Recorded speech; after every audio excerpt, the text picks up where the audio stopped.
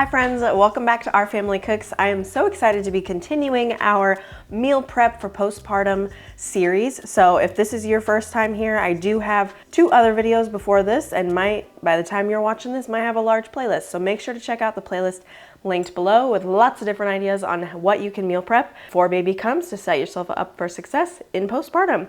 So today we are going to make cottage cheese sourdough discard waffles. And these are a fantastic breakfast option to prep ahead and then just throw in your toaster and eat when you're postpartum. So let's dive in.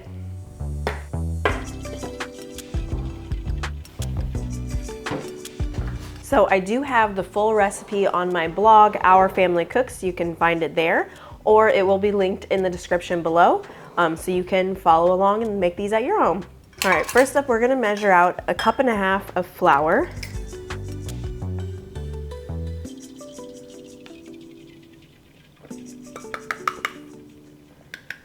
So this recipe specifically is one that I did not prep my first pregnancy. I didn't think about prepping waffles or pancakes, but definitely should have.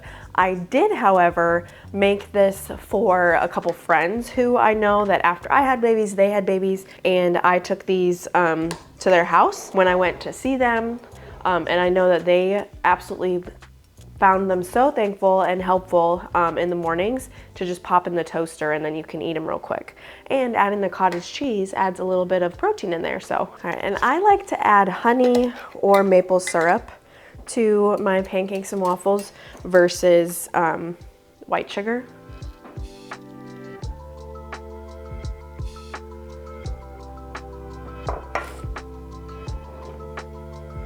Only downfall of honey is that it is so sticky. All right, and next up we need our salt, baking soda, and baking powder. Try and keep my teaspoons away from that sticky honey tablespoon.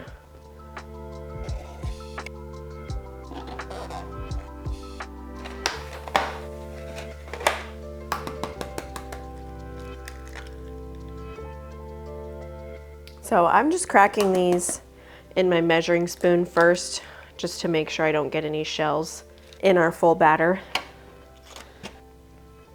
I don't always do that, but I need to be better at cracking them into a separate container first, because then sometimes I accidentally get shells and I have to like pull them out. And the cottage cheese was something that one day I was just like, I wonder what these waffles would taste like if I added cottage cheese to them. And so I just put like 1 cup in there and I was like, I don't know if this is gonna be good or if it's just gonna ruin them. But it ended up making them taste even better. It's like it adds a fluffier texture and then also kind of a creamier flavor. It's just really good with the cottage cheese. And I know some people really don't like cottage cheese. I think it's amazing.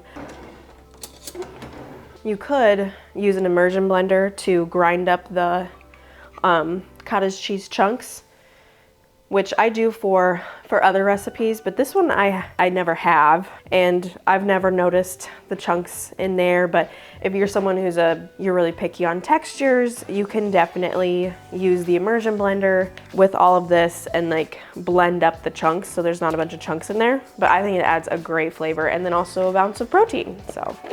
So last thing we need is melted butter and our sourdough discard. I'm gonna go ahead and get our butter measured, have that be in the microwave so we don't have to worry about that anymore. And I found that the melted butter helps give the waffles a crispier texture when you get them out of the waffle iron. So I really like adding the melted butter.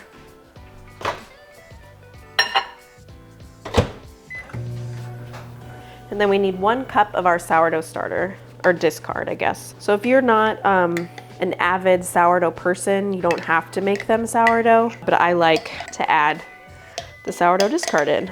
And the sourdough discard, if you're also not super familiar with sourdough, it's not active, so I didn't feed this so then it's gonna, really make these rise. A lot of this is more just so there's not a lot of waste with your sourdough starter, and then also the fermentation of the discard, you get those benefits in your waffles. I won't describe all the fermentation benefits in this video, but it's basically really good for your gut microbiome. All right, we've got our melted butter. We'll go ahead and add this in. And then I'm gonna clean up a little bit here, just real quick, and then we'll stir this and we'll start making our waffles. Again, if you've watched any of my other videos, you know I like a clean working environment when I am cooking. So I often clean as I go.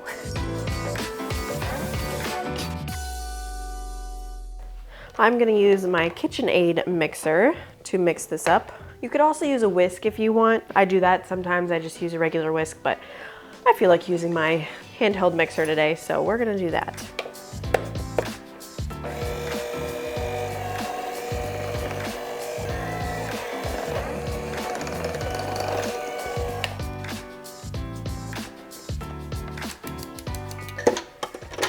All right, we'll swap my handheld mixer with my waffle iron.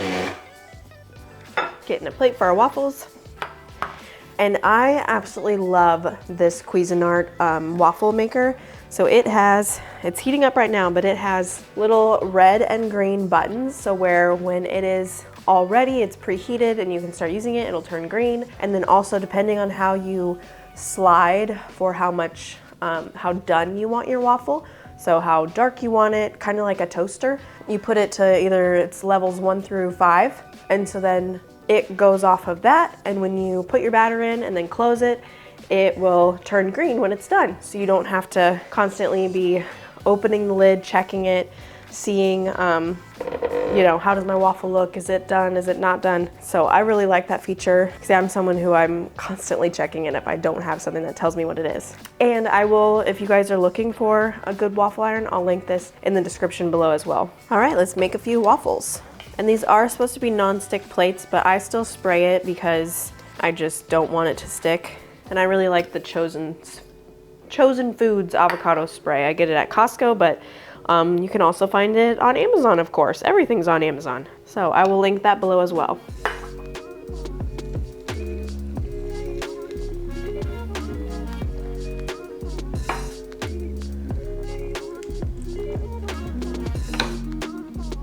All right, so as you can see, I have this on, I like it on level 3. It's like a medium. It like makes them golden brown.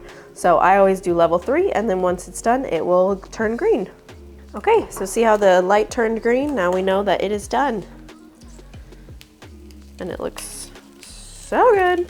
This would also be a great recipe if you're not pregnant or meal planning and you just want to make waffles on a Saturday morning for your family. You could definitely make this one because I do that as well all the time.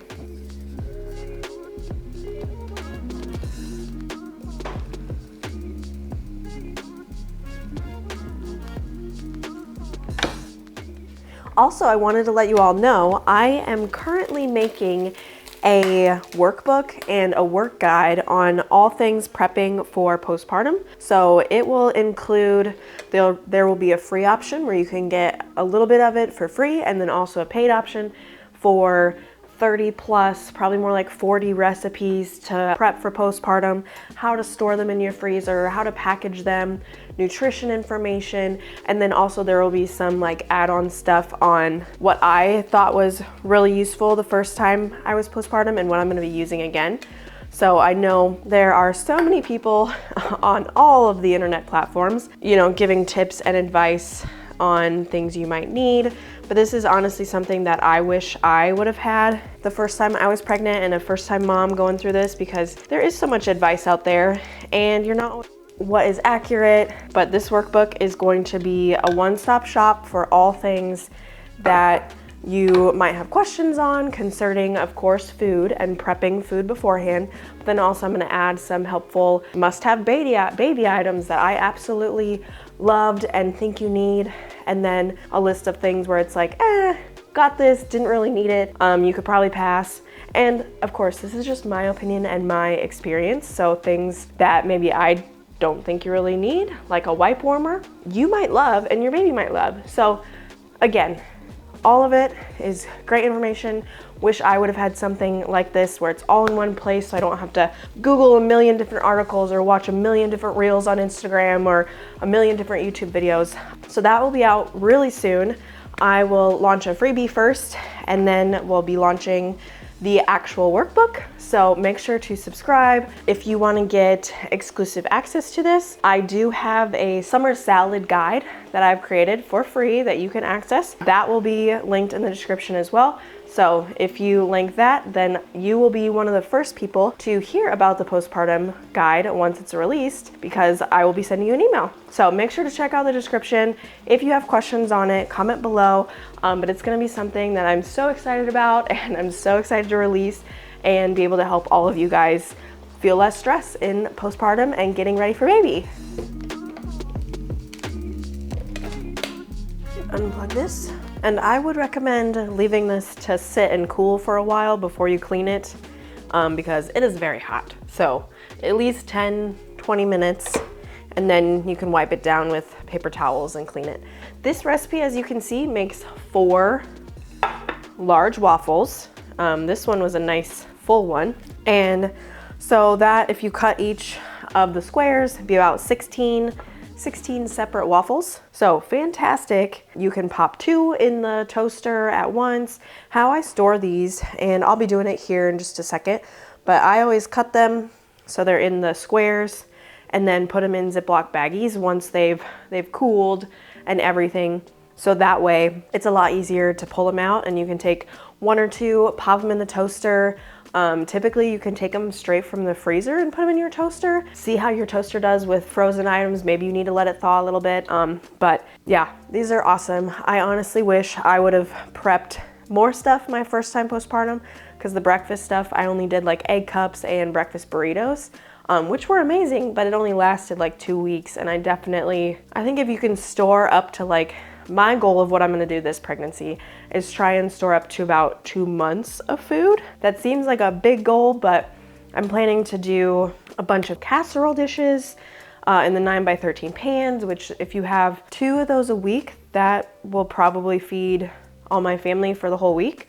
So I'm thinking like freezing 8 casseroles and all the math, trying to figure it out. But I really do think, like, set yourself up for success. You're not gonna be sad that you have extra food in the fridge and you don't have to think about what you're gonna make for dinner. So again, great one for breakfast, especially if your husband will be going to work and won't be home to like make you breakfast. Set yourself up for success, because you will want breakfast, because breakfast for me was the hardest thing to try and find time in my day to make, and it would be sometimes like 10 o'clock and I hadn't eaten yet, and yeah, you just don't want to do that. So think now, plan now, and prep for the future. All right, everyone, thank you so much for watching. I hope you found this super helpful. You try this recipe out at home. Comment below what you think.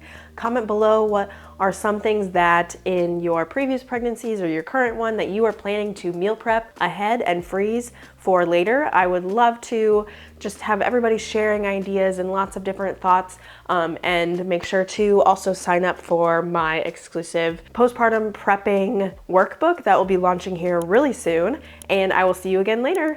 Bye. Thanks, y'all.